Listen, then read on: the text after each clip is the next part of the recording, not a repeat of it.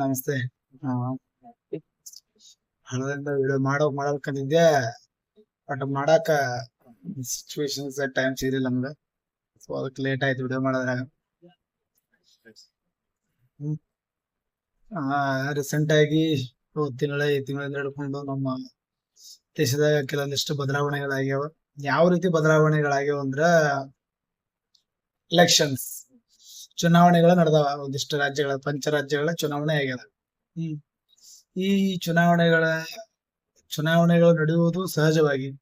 ಸ್ವತಂತ್ರ ಭಾರತದ ಅಥವಾ ಸ್ವತಂತ್ರ ದೇಶದಾಗ ಚುನಾವಣೆ ಅನ್ನೋದು ಒಂದು ಸರ್ವೇ ಸಾಮಾನ್ಯವಾದಂತ ಒಂದು ಅಂಗ. ಸೊ ಅದ್ರಾಗ ಏನಪ್ಪಾ ಅಂದ್ರ ಚುನಾವಣೆಗಳು ನಡೆದವು. ಚುನಾವಣೆಗಳ ಜೊತೆ ಏನಾಗ್ಯದಪ್ಪ ಅಂದ್ರ ಜನತೆ ಒಂದೊಂದು ರೀತಿಯ ಉತ್ತರಗಳನ್ನ ಚುನಾವಣೆಗಳ ಮುಖಾಂತರ ನೀಡ್ಯಾರ. ಯಾಕಂದ್ರೆ ಇಲ್ಲಿ ಯಾವುದೇ ಎಲೆಕ್ಷನ್ದೊಳಗ ಆ ರಾಜ್ಯದಾಗ ಆಯಾ ಪಕ್ಷಗಳು ಅಧಿಕಾರಕ್ಕೆ ಬರ್ತಾವ ಅಂದ್ರ ಆ ರಾಜ್ಯದಲ್ಲಿ ಆ ಪಕ್ಷಗಳಿಗಿರುವಂತ ಬೆಂಬಲ ಮತ್ತು ಆ ಪಕ್ಷಕ್ಕಿರುವಂತ ವರ್ಚಸ್ಸು ಮತ್ತು ಆ ಪಕ್ಷದ ಒಳ್ಳೆಯತನ, ಈ ಪಕ್ಷ ಬಂದ್ರ ನಮ್ಮ ರಾಜ್ಯನ ಹಿಂಗ್ ಮಾಡ್ತಾವ ಹಂಗ್ ಮಾಡ್ತಾವ ಅನ್ನೋದು ಒಂದು ಅಭಿಪ್ರಾಯ, ಆಯಾ ರಾಜ್ಯದ ಜನತೆಯ ಅಭಿಪ್ರಾಯ. ಸೊ ನಾವು ನೋಡಿದಾಗ ನನಗ ಪರ್ಸನಲಿ ಒಂದಿಷ್ಟು ನಾನು ಮಾಡ್ಕೊಂಡ ಫೀಲ್ ಅಥವಾ ನಾನು ದೇಶವನ್ನ ನೋಡುವುದು, ನಾನು ಒಂದಿಷ್ಟು ರಾಜ್ಯಗಳನ್ನ ನೋಡೋ ರೀತಿ ನೀತಿ ಬೇರೆ ಅದಾವ. ಹೆಂಗಂದ್ರ ಇವಾಗ ನನಗ ಇಂಟ್ರೆಸ್ಟಿಂಗ್ ಆಗಿ ಫೀಲ್ ಆಗಿದ್ದು ಪಂಚರಾಜ್ಯಗಳ ಚುನಾವಣೆಗಳನ್ನ ನೋಡಿದಾಗ ಒಂದ್ ರೀತಿ ಅಭಿಪ್ರಾಯಗಳು ಬೇರೆ ಅದಾವ. ಬಟ್ ನನಗ ಮೇಜರ್ ಆಗಿ ಫೋಕಸ್ ಆಗಿ ನಾನು ತಗೊಂಡಂತ ರಾಜ್ಯ ಅಂದ್ರ ಪಶ್ಚಿಮ ಬಂಗಾಳ, ವೆಸ್ಟ್ ಬೆಂಗಾಲ್ ಎಲೆಕ್ಷನ್. ಯಾಕದನ್ನ ಅಷ್ಟು ಇಂಟ್ರೆಸ್ಟಿಂಗ್ ಆಗಿ ತಗೊಂಡೆ ಅಂದ್ರ ನನಗ ಒಂಥರ ಭಯ. ಒಂದಿಷ್ಟು ವಿಷಯನ ಕ್ಲಾರಿಫಿಕೇಶನ್ ಕೊಡ್ತೀನಿ ನನ್ನ ಅಭಿಪ್ರಾಯದಾಗ. ಸೊ ಮತ್ತ ಅದು ದೇಶಕ್ಕೆ ಒಳ್ಳೆಯ ಅಭಿಪ್ರಾಯ. ನನ್ನ ಅಭಿಪ್ರಾಯ ಅನ್ನೋದು ಅದು ದೇಶಕ್ಕೆ ಒಳ್ಳೆಯ ಅಭಿಪ್ರಾಯ ಆಗಿರ್ತದ. ಹೆಂಗಂದ್ರ ನಾನು ಪಶ್ಚಿಮ ಬಂಗಾಳದಾಗ ಎಲೆಕ್ಷನ್ ರಿಸಲ್ಟ್ ಯಾವ ರೀತಿ ಬರ್ತದ, ಎಲೆಕ್ಷನ್ ಯಾವ ರೀತಿ ಗೆಲ್ತಾರ ಸೋಲ್ತಾರ ಅನ್ನೋದು ಒಂಥರ ಚಿಂತಾಜನಕಕ್ಕಾಗಿ ಈಡು ಮಾಡಿದ್ದೆ ನಾನು. ಅದಕ್ಕ ನಾನೇನ್ ಮಾಡಿದೆ, ಏನ್ ಮಾಡ್ಬೋದು, ಯಾವ ರಾಜ್ಯ ಯಾವ ಸರ್ಕಾರ ಬರ್ಬೋದು, ಯಾವ ಪಕ್ಷ ಆಡಳಿತಕ್ಕ ಬರ್ಬೋದು ಅಂತ ವಿಚಾರ ಮಾಡಿದಾಗ ನನಗನ್ಸಿರೋ ಒಂದು ಒಳ್ಳೆ ಅಭಿಪ್ರಾಯ ಏನಪ್ಪಾ ಅಂದ್ರ ಪಶ್ಚಿಮ ಬಂಗಾಳ ರಾಜ್ಯದಾಗ ಯಾವುದೇ ಕಾರಣಕ್ಕೂ TMC ಸರ್ಕಾರ ಅಥವಾ ಮಮತಾ ಬ್ಯಾನರ್ಜಿ ಅವರ ಸರ್ಕಾರ ಈ ಅಧಿಕಾರಕ್ಕೆ ಬರಬಾರದು ಅಂತ ನನ್ನ ಅಭಿಪ್ರಾಯ ಆಗಿತ್ತು. ದೇಶದ 90% ಜನಕ್ಕೂ ಅದೇ ಅಭಿಪ್ರಾಯ ಇತ್ತು. ಬಿಜೆಪಿ ಅಲ್ಲಿ ಅಧಿಕಾರಕ್ಕೆ ಬರಬೇಕು, TMC ಅಧಿಕಾರಕ್ಕೆ ಬರಬಾರ್ದು ಅಂತ ಇತ್ತು. ಯಾಕಂದ್ರ ನಮ್ಮ ದೇಶದಾಗ ಒಂದು ನೆರೆಟಿವ್ ಸೆಟ್ ಏನಾಗಿದೆ ಅಂದ್ರ ಬೇರೆ ದೇಶದ ಜನ ನಮ್ಮ ದೇಶಕ್ಕ ಬರೋದು. ಯಾಕಂದ್ರ ಇಲ್ಲಿ ಹೈಯೆಸ್ಟ್ ಜನ ಮೈಗ್ರೇಷನ್ ಆಗಿ ನಮ್ಮ ದೇಶಕ್ಕೆ ಬರೋದಂದ್ರ ಪಶ್ಚಿಮ ಬಂಗಾಳದಿಂದನೇ. ಯಾಕಂದ್ರ ಅಲ್ಲಿ ಆ ರಾಜ್ಯದ ಪರಿಸ್ಥಿತಿ ಸರಿ ಇಲ್ಲ. ಮೊದಲನೇ ಮಾತು, ರಾಜ್ಯ ಅಲ್ಲ, ಆ ದೇಶ ಪಶ್ಚಿಮ ಬಂಗಾಳದ ಬಾಂಗ್ಲಾದೇಶ ಸರಿ ಇಲ್ಲ. ಈಗ ಪ್ರೆಸೆಂಟ್ ಆ ದೇಶ ನೋಡಿದಾಗ ಬಹಳ ದುಸ್ಥಿತಿ ಬಂದ್ ನಿಂತದ. ಸೊ ಏನಾಗ್ಯದಪ್ಪ ಅಂದ್ರ ಅಲ್ಲಿಯ ಜನ ಸರ್ವೇ ಸಾಮಾನ್ಯವಾಗಿ ಗಡಿಯನ್ನ ದಾಟಿ ನಮ್ಮ ದೇಶಕ್ಕೆ ವಲಸೆ ಬಂದು ನಮ್ಮ ದೇಶದಾಗ ಬದುಕು ಬಾಳೆ ಮಾಡೋದಂಥದ್ದು ನಾವು ನೋಡಿದ್ವಿ ಬಹಳ ಸಾಕಷ್ಟು. ಸೊ ಅದನ್ನೆಲ್ಲ ನೋಡಿದಾಗ ಏನಾಗುತ್ತಪ್ಪ ಅಂದ್ರ ಅದು ಒಂದೇ ರೀಸನ್ ಇಟ್ಕೊಳ್ಳೋದಲ್ಲ. ಅವರು ನಮ್ಮ ದೇಶಕ್ಕೆ ಬರ್ತಾರ, ಮೈಗ್ರೇಟ್ ಆಗ್ತಾರ ಅನ್ನೋದನ್ನ ಒಂದನ್ನ ನೀವು ಮೇಜರ್ ಆಗಿ ನೋಡೋದಲ್ಲ. ನಮ್ಮ ದೇಶ ಕೆಲವು ಕಮ್ಯುನಿಟಿಗಳಿಗೆ ಅಲ್ಪಸಂಖ್ಯಾತರನ್ನಾಗಿ ಸೂಚಿಸ್ತೀವಿ.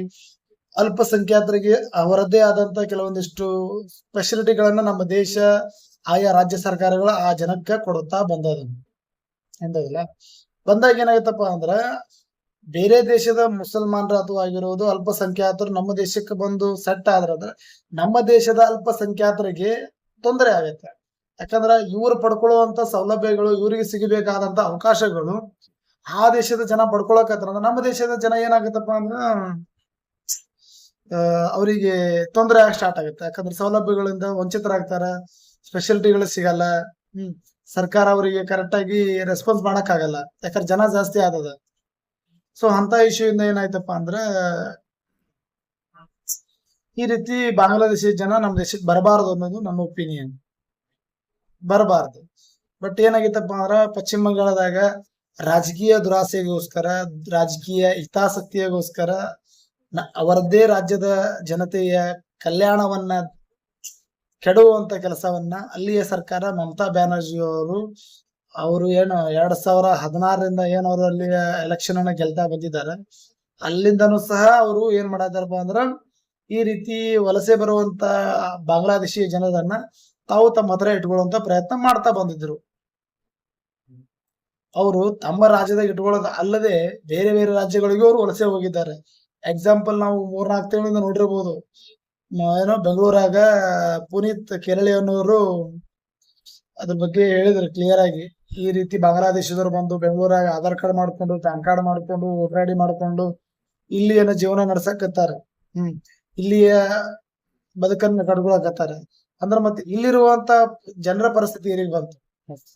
ಈಗ ಪಶ್ಚಿಮ ಬಾಂಗ್ಲಾದೇಶದಿಂದ ಬಂದು ಭಾರತದಾಗ ಬದುಕ್ತಾರ ಅಂದ್ರ ಮತ್ತ ಭಾರತೀಯರು ಇಲ್ಲಿಗೆ ಹೋಗ್ಬೇಕು. ಭಾರತೀಯರಿಗೆ ನೋಡು ಆ ರೀತಿ ಬರೋದ್ರಿಂದ ಏನಾಗಿತ್ತಪ್ಪ ಅಂದ್ರ ನಮ್ಮ ದೇಶದಾಗಿರುವಂತ ಕೆಲವೊಂದು ಜನರಿಗೆ ಸೌಲಭ್ಯಗಳು ಸಿಗಲ್ಲ. ಅದನ್ನ ಅರ್ಥ ಮಾಡ್ಕೋಬೇಕಲ್ಲ. ಆಡಳಿತ ಮಾಡೋದ ಈಗ ನನ್ನ ಅಂದಾಜು ಮಟ್ಟಿಗೆ ನಮ್ಮ ರಾಜ್ಯ ಸರ್ಕಾರ ಅಂತ ಕಾಂಗ್ರೆಸ್ ಸರ್ಕಾರ ಏನಾಗದ, ಅವ್ರಿಗೆ ಇನ್ನೊಂದ್ ಸ್ವಲ್ಪ ಪೋಷಣೆ ಮಾಡಾಕತ್ತದ. ಈ ರೀತಿ ನೀವು ಬೇರೆ ದೇಶದಿಂದ ವಲಸೆ ಬಂದಿರಪ್ಪ, ಈ ರೀತಿ ಬರಬಾರ್ದು ಅಂತೇಳಿ ಅವ್ರಿಗೆ ಸ್ಟ್ರಿಕ್ಟ್ ಆಗಿ ವಾರ್ನ್ ಮಾಡಿ ಅವ್ರ ದೇಶಕ್ಕೆ ಕಳಿಸುವಂತ ಪ್ರಯತ್ನ ಮಾಡ್ಲಿಲ್ಲ. ಮತ್ತೇನಾದ್ರ ಅವ್ರಿಗೆ ಈಗ ಪುನೀತ್ ಕೆರಳಿ ಅವರು ಈ ರೀತಿ ಯಾಕೆ ನೀವು ಇದು ಕಂಡಿಡಕತ್ರಿ ಅಂತೇಳಿ ಅವ್ರ ಮೇಲೆ ಉಲ್ಟಾ ಕೇಸ್ ಆಗ್ಯದ ಅಂತ ವಿಚಾರ ಮಾಡಿ ನಮ್ ದೇಶ ಯಾವ ರೀತಿ ಹೊಂಟದ. ಸೊ ಇಂಥವೆಲ್ಲ ನೋಡಿದಾಗ ಏನ್ ಅನ್ಸುತ್ತಪ್ಪ ಅಂದ್ರ ನಮ್ ದೇಶ ಯಾವ ಸ್ಥಿತಿ ಹೊಂಟದ. ಸೊ ಅದಕ್ಕ ಅಲ್ಲಿ ನಾ ಡೈರೆಕ್ಟ್ ಆಗಿ ಬರೋದು ಪಶ್ಚಿಮ ಬಂಗಾಳಕ್ಕ. ಯಾಕಂದ್ರೆ ಅಲ್ಲಿ ಬಿಜೆಪಿ ಸರ್ಕಾರ ಬರೋದ್ರಿಂದ ಆ ರೀತಿ ಸೆಕ್ಯೂರಿಟಿಯನ್ನ ಸ್ಟ್ರಾಂಗ್ ಮಾಡ್ಕೋತಾರ ಅವರು. ಯಾಕಂದ್ರೆ ಸೆಂಟ್ರಲ್ ಫೋರ್ಸಸ್ ನಿಮ್ಗೆ ಗೊತ್ತಿರ್ಬೋದು, ಆಲ್ಮೋಸ್ಟ್ ಎಲ್ಲರಿಗೂ ಗೊತ್ತಿರ್ಬೋದು. ಕೇಂದ್ರ ಸರ್ಕಾರ ರಾಜ್ಯ ಸರ್ಕಾರಗಳಿಗೆ ಗಡಿಯನ್ನ ಭದ್ರತೆಗೊಳಿಸಕ ಇಂದಿಷ್ಟು ಗಡಿಗಳನ್ನ ನಮ್ಗೆ ನೀಡಬೇಕು ಅಂತ ಕೇಳಿದಾಗ 100% ಭೂಮಿ ಕೇಳಿದಾಗ ಮಮತಾ ಬ್ಯಾನರ್ಜಿ ಅವರು ಕೊಟ್ಟದ್ದ ಬರೀ 30% ಭೂಮಿ ಕೊಟ್ಟಾರಂತ. ಇದು ಭಾರತೀಯ ಭದ್ರತಾ ಪಡೆ ಕೊಟ್ಟಂತ ಡಾಟಾ ಪ್ರಕಾರ 100% ಭೂಮಿ ಕೇಳಿದಾಗ ಮೇಡಮ್ ಅವ್ರು 30% ಕೊಡ್ತಾರಂದ್ರ 70% ಜಾಗದಾಗ ಬರ್ರಿಯಪ್ಪ ನೀವು ನಮ್ ದೇಶಕ್ಕೆ ಹೊಕ್ಕೋರಿ ಅನ್ನೋ ಮನಸ್ಥಿತಿಯೊಳಗ ಕೊಟ್ರಲ್ಲ ಅವರು. ಇಂಥ ಪರಿಸ್ಥಿತಿಯನ್ನ ನಮ್ಮ ದೇಶ ನಿಭಾಯಿಸಬಾರದು ಅನ್ನೋ ಕಾರಣಕ್ಕ ಅಲ್ಲಿ ಬಿಜೆಪಿ ಬರ್ಬೇಕಾಗಿತ್ತು. ಇವಾಗ ಪ್ರೆಸೆಂಟ್ ಇವತ್ತ ಬಿಜೆಪಿ ಸರ್ಕಾರದ ಸುವೇಂದು ಅಧಿಕಾರಿ ಅವರು ಪ್ರಮಾಣ ವಚನ ಸ್ವೀಕಾರ ಮಾಡಕತ್ತಾರ ಮುಖ್ಯಮಂತ್ರಿಯಾಗಿ. ಸ್ವತಂತ್ರ ಭಾರತದ ಮೊಟ್ಟ ಮೊದಲ ಬಿಜೆಪಿ ಸರ್ಕಾರದ ಒಬ್ಬ ಬಿಜೆಪಿ ಪಕ್ಷದ ಮುಖ್ಯಮಂತ್ರಿಯಾಗಿ ಪ್ರಮಾಣ ವಚನ ಸ್ವೀಕರಿಸುವುದು ಭಾರತದ ಇತಿಹಾಸದಾಗ ಪಶ್ಚಿಮ ಬಂಗಾಳದ ಇತಿಹಾಸದಾಗ ಮೊದಲ ಬಾರಿಗೆ ಅಧಿಕಾರ ಸ್ವೀಕರಿಸಕತ್ತಾರ. ಯಾರು? ಬಿಜೆಪಿ ಪಕ್ಷದ ಒಬ್ಬ ಮುಖ್ಯಮಂತ್ರಿಯಾಗಿ. ಸೊ ಇಂಥವೆಲ್ಲ ನೋಡಿದಾಗ ಏನಾಗುತ್ತಪ್ಪ ಅಂದ್ರೆ ನಾವು ಇನ್ನೂ ಒಂಚೂರು ನಮ್ಮ ದೇಶ ಆ ರಾಜ್ಯಗಳು ಅಭಿವೃದ್ಧಿ ಆಗ್ಬೇಕಾಗಿತ್ತು. ಬಟ್ ಅಲ್ಲಿ ವಲಸೆ ಬರುವಂತ ಜನರಿಗೋಸ್ಕರ ನಮ್ಮ ಆ ರಾಜ್ಯ ಅಭಿವೃದ್ಧಿ ಆಗಕ್ಕೆ ಒಂಚೂರು ಹಿಂದೆ ತಗೋತು. ಮತ್ತೆ ಅಲ್ಲಿ ಹೈಯೆಸ್ಟ್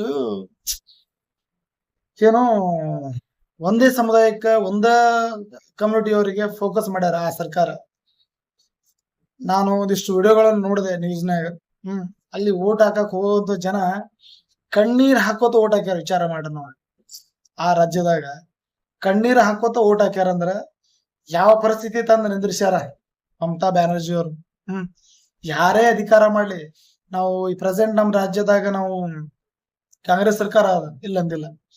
ಹಂಗಂತ ನಮ್ಮ ರಾಜ್ಯದಾಗ ಒಮ್ಮೆಯೂ ಸಹಿತ ಬಿಜೆಪಿಯ ಕಾರ್ಯಕರ್ತರಾಗಿರ್ಲಿ, ಕಾಂಗ್ರೆಸ್ ಕಾರ್ಯಕರ್ತರಾಗಿರ್ಲಿ, ಇಲ್ಲಿ ನಮ್ಮ ದೇಶದಾಗ ಹೆಂಗಂದ್ರ ಈ ಸಲ ಬಿಜೆಪಿ ಇದ್ರೆ ಮುಂದಿನ ಸಲ ಕಾಂಗ್ರೆಸ್, ಈ ರೀತಿ ಬರ್ತಾ ನಮ್ಮ ದೇಶದಾಗ ಬದಲಾವಣೆಗಳು ಸಹಜ. ಅದು ಇಲ್ಲಿ ಯಾವತ್ತೂ ಸಹ ಒಬ್ಬ ಕಾರ್ಯಕರ್ತನು ಈ ಪಕ್ಷ ಬರ್ಲಿ ಅಂತ ಕಣ್ಣೀರ್ ಹಾಕಿ ಓಟ್ ಮಾಡಿದ್ದನ್ನ ನಾವು ನೋಡಿಲ್ಲ. ಬಟ್ ಆ ರಾಜ್ಯದಾಗ ಏನಪ್ಪಾ ಆಯ್ತಂದ್ರ ಬಿಜೆಪಿ ಬರ್ಲಿ ಅಂತೇಳಿ ಕಣ್ಣೀರ್ ಹಾಕೋತ ಓಟ್ ಮಾಡಿದ್ರು.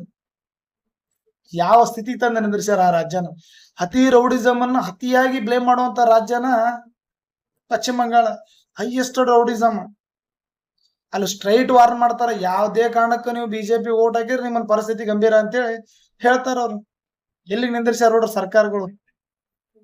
ಚಿತ್ರ ಅನ್ಸತ್ತಲ್ಲ. ಸೊ ಬರೋ ಇನ್ನೊಂಚೂರು ವಿಚಾರ ಡಿಸ್ಕಸ್ ಮಾಡ್ಕೋತ. ಓಕೆ ಬಾಯ್.